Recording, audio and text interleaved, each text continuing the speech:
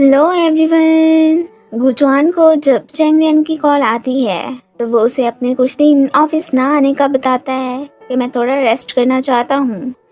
अगले दिन गुचुआन ऑफिस नहीं आया था तो शाओनिंग बहुत ही अपसेट हो जाती है कि क्या बॉस मेरी वजह से नहीं आए। मैंने इसे कॉल करके मिलने के लिए बुलाती है। अब इनकी बातें सुमन ने भी सुन ली थी, सो वो इनके पीछे जाने का सोचती है। नेक्स्ट सीन में हमें दिखाया जाता है कि शाओ वैन से मिलने एक रेस्टोरेंट आ चुकी थी। उसे भी पता चल जाता है कि सुमन ने इसे बता दिया हुआ है कि मैं गुचुआन की एक्स हूँ। वेल वो तो उसे यही कहने लगती है कि हमारे बीच जो भी था पास्ट में था, अब बस मैं उसकी रिस्पेक्ट करती हूँ और कुछ नहीं। वैसे भी उसके लिए तुम ही अब परफेक्ट हो। ये सब सुन के तो शाओ खुश हो जाती है। इन पे तो सुमन ने नज़र रखी हुई थी। वेल बातें तो दूर होने की वजह से वो सुन ही नहीं पाती कि आखिर ये क्या गॉसिप्स कर रही हैं। गुचुआन ने आज अपने लॉयर को कॉल करके ना सिर्फ अपनी विल में चेंजिंग वगैरह करने की बात की थी, बल्कि वो उन बच्चों के लिए फंड्स भी देना चाहता था जो कि मनी ना होने की वजह से स्टडी कंप्लीट नहीं कर पाते। वैन तो शाव को लेके एग्जीबिशन हॉल बनाने वाली प्लेस पे ही आ चुकी थी। इनके पीछे सुमन भी थी जिन्हें ये देख ही नहीं पाती। अब वैन को उसके हस्बैंड की कॉल आ जाती है जिसकी गाड़ी ख़राब हो चुकी थी एंड वो हेल्प करने के लिए इसे ही आने को कहता है। ये शाव से एक्सक्यूज़ करती फिर वहाँ से जाने लगती है कि जब तुम फ्री हो कीस मैं डोर में ही लटका के जा रही हूँ, चली जाना। वो डोर भी लॉक नहीं करती। इसे फ़ोटोज़ क्लिक करते करते रात हो चुकी थी। अब ये बाहर जाने लगती है। वो तो आगे से डोर को बंद देख के बहुत ही सरप्राइज रह जाती है कि ये कैसे हुआ, और वहाँ पे कीज़ भी नहीं थी। अचानक रेन भी स्टार्ट हो जाती है। ऊपर से शाओ को अंधेरे से भी डर लगता था। वैन को कॉल करती है बट वो पिक नहीं करती। इवन के इसने सभी को ही ट्राई की थी बट कोई भी फ़ोन नहीं उठा रहा होता। ये अब गुचवान का नंबर ही मिलाती है एंड उसे फ़ौरन से अपने पास आने को कहती है। एड्रेस भी इसने उसे बता ही दिया था। वो तो फ़ौरन से इसकी हेल्प करने के लिए निकल पड़ता है। वो इस साइड पे फिर आ ही चुका था। कुछ लोगों की हेल्प से वो अंदर जाने लगता है बट आगे से ऊपर वाला पोर्शन तो बंद होता है। लिफ्ट भी ख़राब ही हो चुकी थी। गुचवान अब बिना खुद की परवाह किए चैम्बर से गुजर के अंदर जाने लगा था। कीज तो इनके पास मौजूद नहीं थी, इसलिए वो डोर तोड़ के ही अंदर एंटर हो जाता है। इतनी पावर लगाने की वजह से उसकी हार्ट बीट तेज़ हो चुकी थी, इसलिए ना सिर्फ यहाँ की लाइट्स वो अपने करंट से ऑफ करता है बल्कि श्याओ निंग भी इलेक्ट्रिक शॉक खा के बेहोश हो जाती है।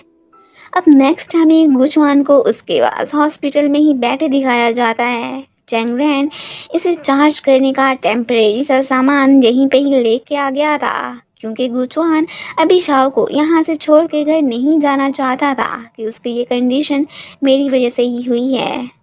चैंगरैन भी इसके पास ही रुक जाता है कि इस वक्त तुम्हें भी मेरी ज़रूरत है। सो फाइनली अगले दिन शाओनिंग को होश आ ही चुका था। वो तो इस बात से बहुत ही खुश होती है कि बॉस के लिए मैं अभी भी बहुत ही इम्पोर्टेंट हूँ, इसलिए वो मुझे देखने आए। साथ में हैरान भी कि बॉस के पास कोई सुपर पावर्स हैं क्या, जिसे भी छूते हैं उसे करंट लगता है। मिस्टर ही के साथ भी तो ऐसा हुआ था और इसके पूछने पे भी गुचवान कुछ नहीं बताता। वेल वो तो आगे से टॉपिक को ही चेंज कर देता है। वैन शाओ को विजिट करने हॉस्पिटल आई थी। वो तो इसकी हालत का ब्लेम खुद पे ही डालने लगती है कि मुझे उसे यूं छोड़ के नहीं जाना चाहिए था। वह गुचवान उसे ये सब ना सोचने के लिए कहता है कि इसमें तुम्हारी कोई गलती नहीं है। अब वैन के पूछने पे ये तो उसे बता देता है कि मैं शाओ को लाइक करता हूँ। ये अब उसे शाओ को एक्सेप्ट करने के लिए भी कह देती है कि ये ना हो कि बाद में तुम मेरी तरह शाओ को भी गंवा दो। वो बहुत ही अच्छी लड़की है, तुम्हारे साथ हैप्पीली लाइफ गुजारेगी। अब बाद में हम लियन को देखते हैं जो कि शाओनिंग को देखने हॉस्पिटल आ चुकी थी। दोनों गुचवान के बारे में ही बातें करने लगी थी कि वो बहुत ही नाइस है एंड मुझे तो वो प्ले बॉय बिल्कुल भी नहीं लगता है। यान को तो इतना भी यकीन हो चुका था कि वो ज़रूर तुम्हें लाइक करता है। ये सुन के वो तो बहुत खुश होती है। इतने में ऊपर से गुचवान भी आ चुका था। सो यान फिर वहाँ से चली जाती है। डैड की कंपनी आते हुए चैंगरैन की नज़र असिस्टेंट लियू और उस पर्सन पे पड़ती है जिसने उस पर अटैक किया था। वो तो यहाँ पे इनकी फ़ोटोज़ भी बना लेता है और साथ में शॉक भी हो रहा होता है कि आखिर ये इधर क्या कर रहा है। शाओ डिस्चार्ज हो चुकी थी। गुचुआन उसे घर ड्रॉप करने भी जाने लगता है। अब बाद में उस पर्सन की फ़ोटो चैंग रैन ने इसे भी सेंड कर दी थी कि इसने मुझे मारने की कोशिश की थी। वो इसे देख के सरप्राइज़ कि ये तो वही है जिसने 10 साल पहले वो एक्सीडेंट किया था। वो अपने लायर को पिक सेंड करने के साथ-साथ कॉल करके इस पर्सन की इन्वेस्टिगेशन करवाने को भी कहता है, क्योंकि तब ये पर्सन ना सिर्फ जेल गया था, बल्कि बाद में एक बीमारी की वजह से इसकी तो डेथ भी हो गई थी। अब ये इसी बात से हैरान हो रहा होता है कि वो फिर ज़िंदा कैसे हो गया। वो अपनी तरह चेंग को इसके हाथों ज़ख्मी नहीं होने दे सकता था। ऑफिस में शू को देख के इसका फेस ही लटक जाता है कि आखिर ये साहब यहाँ पे क्या कर रहे हैं। जब वो वहाँ से चला जाता है तो तब वो डैड को उसी पर्सन की फ़ोटो दिखाता है जिसने इसे मारने की कोशिश की थी कि क्या आप इसे जानते हैं। अब यहाँ पे डैड तो उसे नो कह देते हैं कि मैं इसे बिल्कुल नहीं जानता। वो उसे जानते तो थे, बट चैंग रैन से इन्होंने झूठ क्यों बोला उसका रीज़न हमें बाद में ही पता चलेगा। लॉयर ने गुचवान को उसके उस पर्सन के सारे बायोडाटा का बता दिया था। ये उस कल्प्रिट का ट्विन भाई था जिसने वो एक्सीडेंट किया था। अब इससे गुचवान का कोई लेना देना तो नहीं था, फिर भी चैंग की खातिर वो इस पे नज़र रखने का सोचता है।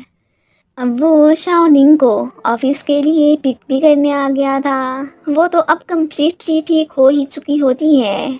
गुचवान के पास कैश नहीं था तो एक शॉप का बिल फिर यही पे करती है एंड बाद में इसे कॉइन्स दिखा के इसकी हंसी परचेज करने की बात करती है। तब तो गुचवान स्माइल ही करने लगता है। अब तो शाओ इसके बदले में बहुत सारे कॉइन्स भी उसे देने को तैयार थी। वैन के मैसेज करते ही शाओ तो फौरन से उससे मिलने आ चुकी होती है। यहाँ पे वो उसे गुचवान की एक एल्बम देती है कि अब इसकी हकदार सिर्फ तुम ही हो। पहले उसे फोटोग्राफी का बड़ा शौक होता था और ये उसकी बनाई फ़ोटोज़ ही हैं। अब वो एक काम के सिलसिले में ऑस्ट्रेलिया जा रही थी, सो पीछे से अपने प्रोजेक्ट की रिस्पॉन्सिबिलिटी वो इसे ही दे देती है कि मैं बहुत जल्द वापस भी आ जाऊँगी, डोंट वरी। वो जवान शाओ को लेके रेस्टोरेंट आ चुका था। इसकी वजह से उसकी लाइफ में फिर से रंग भर गए थे। अब यहाँ पे किसी को बर्थडे इंजॉय करते देख के इसे तो अपनी ही याद आ जाती है। वो जवान भी इससे इसकी बर्थडे के बारे में ही पूछने लगा था कि वो भी बहुत जल्द आने वाली है ना, क्योंकि मैंने तुम्हारे आईडी कार्ड में से वो देख ली थी। अब इस बेचारी ने तो उस एक्सीडेंट के बाद से कभी भी अपनी बर्थडे सेलिब्रेट की ही नहीं थी। यहाँ से वापसी पे गुचुआन एक टैक्सी ड्राइवर की लव स्टोरी जान के बहुत ही इंस्पायर होता है, क्योंकि उनकी शादी को 7 साल बीत चुके थे। हालांकि उसकी वाइफ भी एज में इससे कम थी, फिर भी वो एक दूसरे से बिल्कुल पहले की तरह ही लव करते हैं। गुचुआन अपने आशाओं के बारे में ही सोचने लगा था। अगले दिन चैंग फिर से जिया को लेकर रेस्टोरेंट पहुंचा होता है। अब यैन को तो कंफर्म था कि ये यहाँ पे एक्टिंग ही कर रहे हैं, इसलिए वो इन्हें किस करने को कहती है। अब जाहिर है चैंग तो फिर नाटक ही कर रहा था, तो इसलिए वो टेढ़े मेढ़े मुंह ही बनाने लगता है। तो यैन अब फिर खुद ही उसे किस कर लेती है। चलो एक तरह से जिया की मदद से अब इनकी फाइट तो ख़त्म हुई।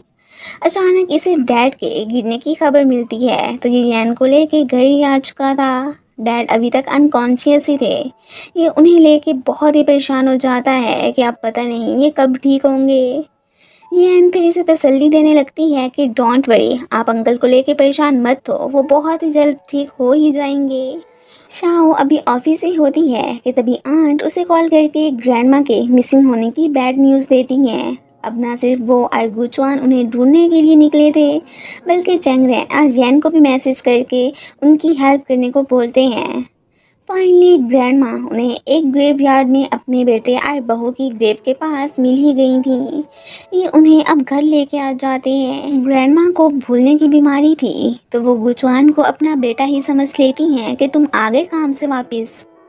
अब शाओ उन्हें बताती है कि ये आपका बेटा नहीं बल्कि मेरे बॉस हैं, और साथ में थोड़ा सा एम्बैरस भी फील करने लगती है।